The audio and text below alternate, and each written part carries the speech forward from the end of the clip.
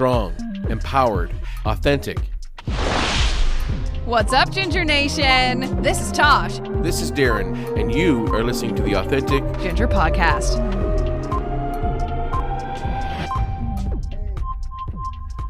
Welcome, Ginger Nation. I'm Darren. And I'm Tosh. And on today's episode, we welcome NCAA women's rifle athlete from Georgia Southern University, Erin Ballard. Erin, welcome to the show. Thank you for having me. I said your last name wrong, didn't I? It's Ballard, right? Yes, ma'am. Okay. When we do the show, we do a couple of segments, and I'm going to start today with celebrity redhead stuff. Harry Potter, the original one, turns 20 years old. And you're not even 20 yet. No, I'm not. So I was like, oh, she's young. She'll totally get this reference. But now I'm like, are you born after the Harry Potter craze? I still love Harry Potter, yes. Phew. Well, that's good. Okay. So it's been out for 20 years, and Ron Weasley, obviously Rupert Grint, he is in talks to possibly be coming back with all three of them to do The Cursed Child, which I think is epic. Yeah, that does sound pretty cool. That is super wicked. Yeah. So it's the original director that directed them when they were little, now wants to have all three of them come back and do The Cursed Child. And he says that they're like at the appropriate age. And in other celebrity news, Lindsay Lohan, who I'm surprised we haven't talked about yet. She and I share a birthday. So like we're kindred spirits. But anyway, so she's been laying low for quite a few years, but it turns out she's been living in Dubai. Rumor has it very soon there's going to be a Real Housewives of Dubai. And now all of the talk is Lindsay Lohan going to be on it? Like, is she doing anything right now? Is she filming? Is she doing any talk? I thought she was doing a talk show at some point.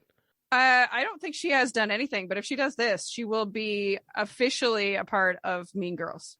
Wild.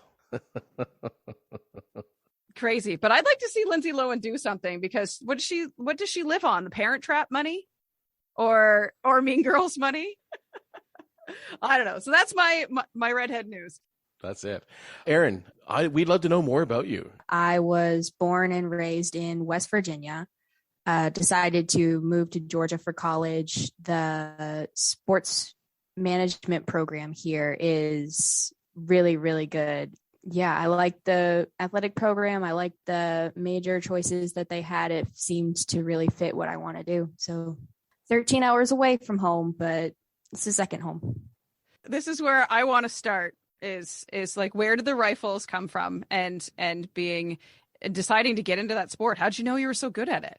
My best friend, when we were in middle school, she had been shooting for years. She got into it with her family, and she told a lot of our friend group at the time, say, hey, you should just come try it out, see if you like it. And here we are 6 years later, and I'm still trucking along. So, were you handed a rifle, and said, hey, Erin, shoot this rifle. Let's see what you got. And then all of a sudden you're bullseye. Like, I mean, that first time that someone handed you that rifle, you must have been like, oh, this is powerful. This is amazing.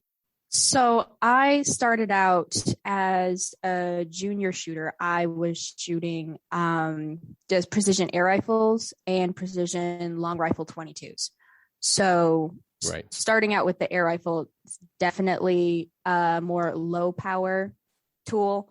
Yeah, the first time I picked it up, I can still remember the day. I had never really handled rifles before. The one time I had been shooting previously, my uncle and some of our other relatives, we went out in the woods and we were shooting with a 12 gauge shotgun, which is not the same at all.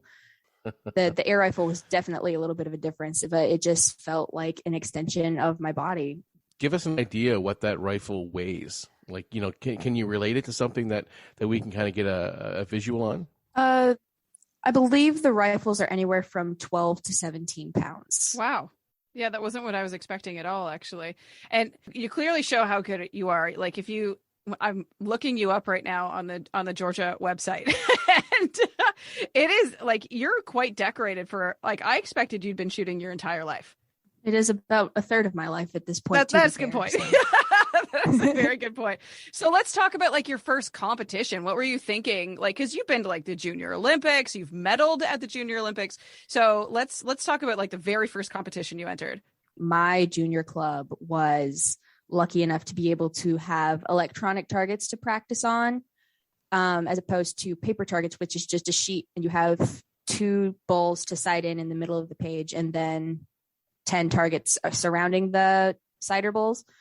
So my first match was on paper, and I had never shot on paper before at all. So it was quite a humbling experience, but I did not come in last. That's perfect.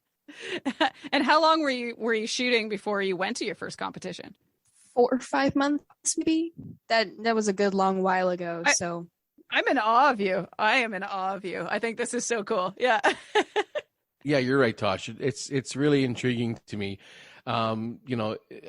This is going to sound probably really strange, but what kind of, you said air, it's like an air gun. I'm not going to say air gun. It's an air rifle. I'm sorry. Are there times as you progress in the sport where it's more like bullets? Yes, we shoot 2 types of rifles. We shoot the air rifles, which is lead pellets, and then our 22s, we do shoot actual bullets. Yes. Okay, and are both of those tools used in competition? Yes. So for air rifle competitions, all air rifle competitions are indoors. The targets are 10 meters downrange. And the course of fire is you have 15 minutes to get sighted in and adjusted to the range and everything. And then you have an hour and 15 minutes to shoot good shots. And then your score at the end of that is what you're scored based on. And then for 22, it does have a little more variation. For NCAA, we shoot indoor 50 feet, and the course of fire is 20 shots over the course of 3 positions in an hour and 45 minutes. You're talking about this sport because you know it well, but your demeanor seems to be the demeanor that you're going to lie on the ground and have while you're shooting. So the question I have for you on this front is, do those nerves set in? I mean, if I'm laying down with a rifle in my hand, whether it's competition inside, outside, I've shot a shotgun before, and it was intense. The feeling was intense. The entire experience was completely stressful. And just to pull the trigger was really difficult. I can only imagine what it's like in a competition when you have an hour and a half to shoot 3 positions. So the time is ticking. I mean, you must, and it's likely really quiet, so there's probably no music going on. Tell us what that experience is like as you're laying there. I'm assuming you're laying down. I'm not sure if you're standing up or kneeling, but I'm assuming from what I've seen, it's a laying down position. Tell us what that feeling is like. It definitely can be a stressful situation. A lot of ranges do have music playing in the background, so it's not complete silence aside from the gunshots. If you don't mentally prepare for the match, it is a lot more stressful. When I was in high school, I didn't have much of a preparation routine. My mom and I would load up my gear into our van, and we'd drive and we'd get to the match. And that was about all the preparation I did. And as I got more advanced, once you get the technical skills in place, it starts to become more fine tuning and mental management. You focus on one thing at a time. You focus on what you want to be doing, because if you tell yourself, don't shoot an 8, your brain only hears the shoot an 8 part of that sentence. So you want to just constantly be reinforcing what you want yourself to do. A lot of matches, I really don't feel the pressure. I have kind of a hard time believing that, because you're so calm and cool and collected. Like, I can't believe how straight-laced you can be. So you mentioned your mom packing you up, taking you to tournaments. What did your parents say the first time you were like, so I think I'm going to go into competition? What were they totally behind you 100%? Your parents, obviously, we should mention that you're one of 9 children. So they obviously are very involved parents. So I can imagine they were probably like, yeah, Erin, let's do this. Let's check this out. My mom was my biggest fan. She still is 100%. And until I got to college, really, she drove me to every competition, whether we went with a team or I was by myself. It was just mom and me. My dad was definitely not quite expecting what we were getting into. He was supportive, but he didn't know what he was supportive of to start.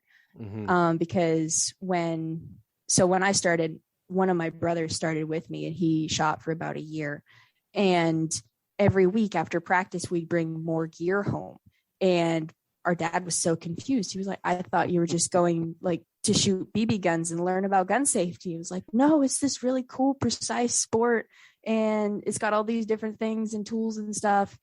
And, you know, I was 13 at the time. So it was all this big, awesome experience in my head. And my dad was just, okay, well, she seems excited. Let's go with it. Man, the family support is so great. This episode was brought to you by Authentic Ginger Clothing. For more information on Authentic Ginger Clothing, go to www.authenticginger.com. Your friend that brought you into it, does she still shoot too? Yeah, she does. And have you ever had to go in a competition with her or like against her? So in high school, we were on the same team. So when we traveled to matches that did have the opportunity to qualify as a team, we did shoot together. If not, then we'd shot as individuals, which means we were competing against each other. But it was fun. We weren't, you know, trying to take each other's heads off. It was just something fun we got to do with our friends. Okay, so tell us your life growing up as one of 9. You're not all redheads. So what was life like for you growing up as a redhead? Let's move away from the sport for a minute and talk about your life as a ginge. Growing up, when I was really little, I actually didn't like my red hair. When I was little, there weren't a lot of redheads like on TV. None of my friends had red hair. Really, the only role model that I had was The Little Mermaid growing up. And she wasn't, you know, my favorite role model. So when the Pixar movie Brave came out in 2012, I think it was, she was my person. It was awesome.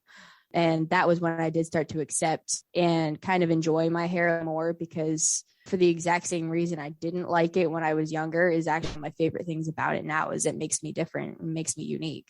Did you experience any negativity towards your hair color when you were in the younger grades? Not really. I was actually very lucky. I grew up homeschooled. So the people that I was close with, we weren't really into bullying each other. My older brother has red hair as well. And we were really, really fortunate to be able to grow up away from a lot of the normalized bullying. I find that as we're doing these interviews, that a lot of, I don't want to say the hate, but the aggression maybe towards redheads came after South Park. You know, there's a story I tell, and I'm not sure, Tosh, if you heard this, but my son experienced Kick a Ginger Day here in Eastern Canada. And I remember it vaguely, or not vaguely, I remember it like it was yesterday, because as I was waiting for him to come out of school, he came out the doors he normally came out of, and 2 or 3 of his buddies ran behind him and kicked him. So he got in the car, and I said, what the heck was that all about? And he said, oh, it's Kick a Ginger Day. I'm like, what? There's a whole day. Are you kidding me? To this? This is happening. It's a whole day. Yes. I should add, Erin, there was a day. Well, that's still something I'm glad to know about in advance before people just start trying to kiss me. So yeah. You're in a really good position for any of this, really, because all you have to do is take out your rifle and people will run. and you're sharp shooting. So we know that you won't miss. Yeah. So listen to that out there, boys. So do you end up with like a lot of people like wanting to go hunting with you? Like, do you have to explain to them that this is not the same thing? That yes. I've had a lot of people ask me, you know, what I shoot when I go hunting and how often and what I hunt. And every single time I have to look at them and say, I've actually never been hunting. Yeah, absolutely. But then I bet everybody goes, you've never been hunting? You're so good. You know, you could be taking people on tours. Yeah, hunting They tours. do them. It's perfect. a big thing. You make lots of money. Is there a reason that you don't hunt? Has there just not been an opportunity, or that's not what you feel guns are for? It's largely there hasn't been an opportunity. My friend Lauren, who is the one who got me into shooting in the first place, she has offered for me to go hunting with her and her family, and just the timings never come up. My dad is a hunter, and I, at a point in my life, was like, you're going to learn how to shoot a rifle, and took me out to shoot discs, and I got a black eye. So I never did it again. The very first time, other than shooting a BB gun, the first time I ever shot a gun was at the 12 gauge shotgun with my uncle. And they didn't tell me that would kick. And I got knocked flat on my butt. It was not the best day. No, I agree. That's same thing. I was like, yeah, you know what? I'm this isn't for me. In your professional shots for the team and stuff, what is the outfit that you're wearing? Do you have to have protective clothing on? So that is supportive. That's our suits. And the reason behind it is because we have to hold ourselves still for such a long amount of time. Holding a 17-pound rifle, it does fatigue the body. So we wear supportive equipment to try and assist us in as holding as still as possible. I just assumed it had something to do with like being bulletproof or what have you, just in case. But no, no. Yeah, like a ricochet or something. I'd be scared of that. If we're not good shooters, Tosh, and we take a shot, we hit something metal or steel for that matter, and it comes back and cranks us, like we're in trouble. We need 2 or 3 of those suits on. Yeah. Then it'll become Have you ever had a bulletproof. pellet come back and hit you? No, I haven't. That's good. I remember my brother got shot with a BB gun when he was a kid, and he still has a pretty nasty scar in his back. Yeah. That doesn't sound very fun. No, I can't imagine it was a good time at all. But Well, I've heard of people doing that, like as a dare. They'll be like, "Oh, hey, I dare you to shoot me with this BB gun." It's like, are you? There's no intelligent response to that. What are those guys? Jackass? Is that what they're called? Oh my gosh, they would do something like that really stupid. Yeah, I avoid that show at all costs.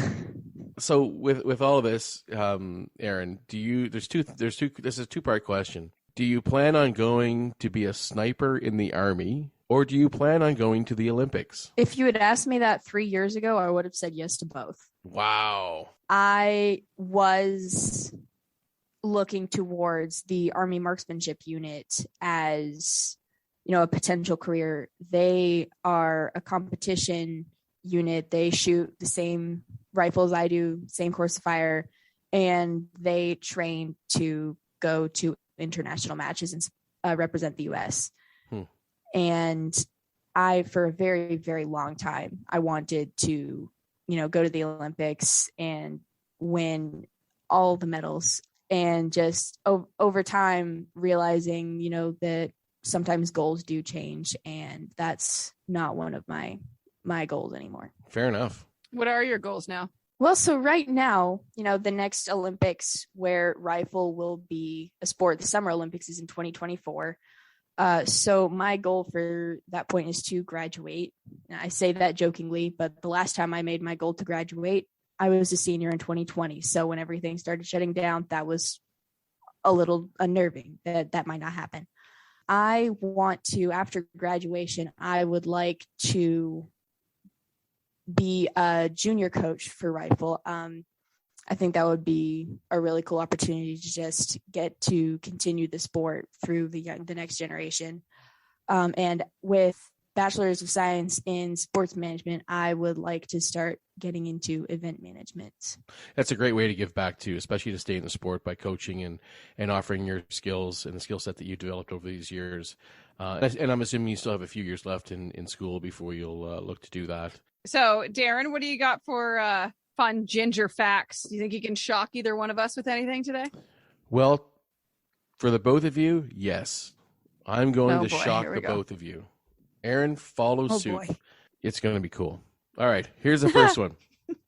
This doesn't actually have anything to do with redheads. This actually has to do with the root vegetable, ginger. Yeah, okay. This is different. Okay. So follow this. You are taking us for a loop. I'm taking you for a spin.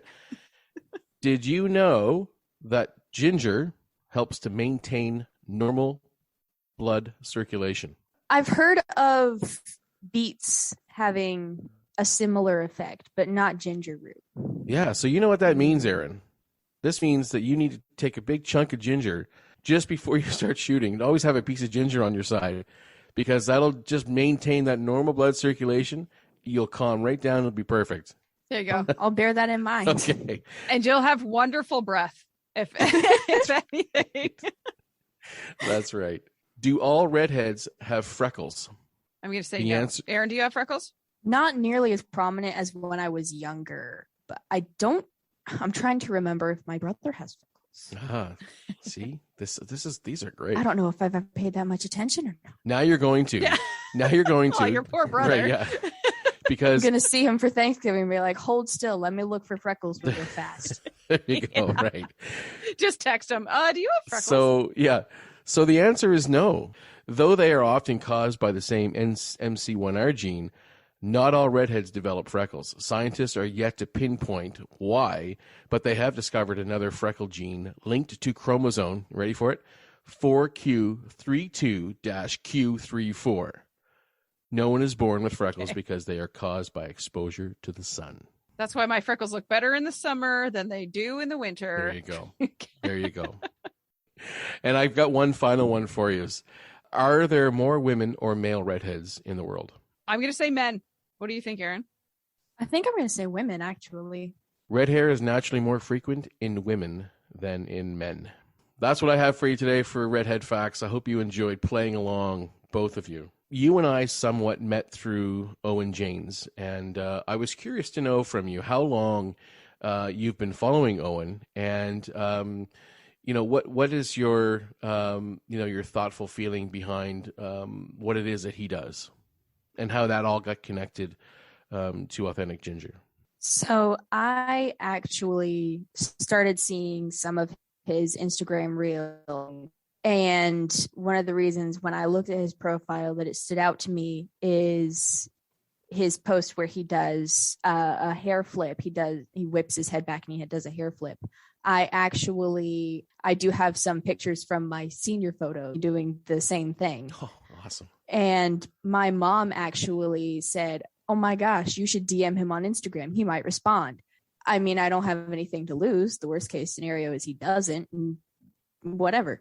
And so I did, and I DM'd him, and he did actually respond. He thought it was quite funny. Over the summer, my mom surprised me with his t-shirt, and I was so excited. I love that shirt. I wear it all the time. And I think just, the message of him, not only red hair, but with curly hair as well, just, trying to reach out and help people who may not know, like how to take care of their hair, or they feel bad about the way their hair looks. Mm-hmm. And it's just really just positivity and empowerment. And for those who don't know what that message is, the t-shirt was co-designed by us here at Authentic Ginger and Owen himself. And the message that he talks about often on his Instagram is be happy, be weird, be you. I really want to thank you for spending the time with Tosh and I. And, we're going to keep following what you're doing because we are both kind of still in awe of what it is that you do. Of course. Thank you for having me. Yeah, absolutely. And I hope that you take that as far as your little heart desires, whatever way it takes you. Keep on trucking because you're absolutely amazing. Thank you. Erin, before we let you go today, can you tell everybody how they can follow along with your journey and see how amazing you are? Of course. So I'm mostly active on Instagram. My Instagram handle is Erin.Ballard, and I'm on Facebook as well. You've been listening to the Authentic Ginger Podcast. Become a part of the Ginger Nation by liking, subscribing, following, and leaving a review wherever you listen to podcasts. This podcast was produced by Tosh Taylor of the Podcast Hub Productions. Find her online at podcasthub.ca.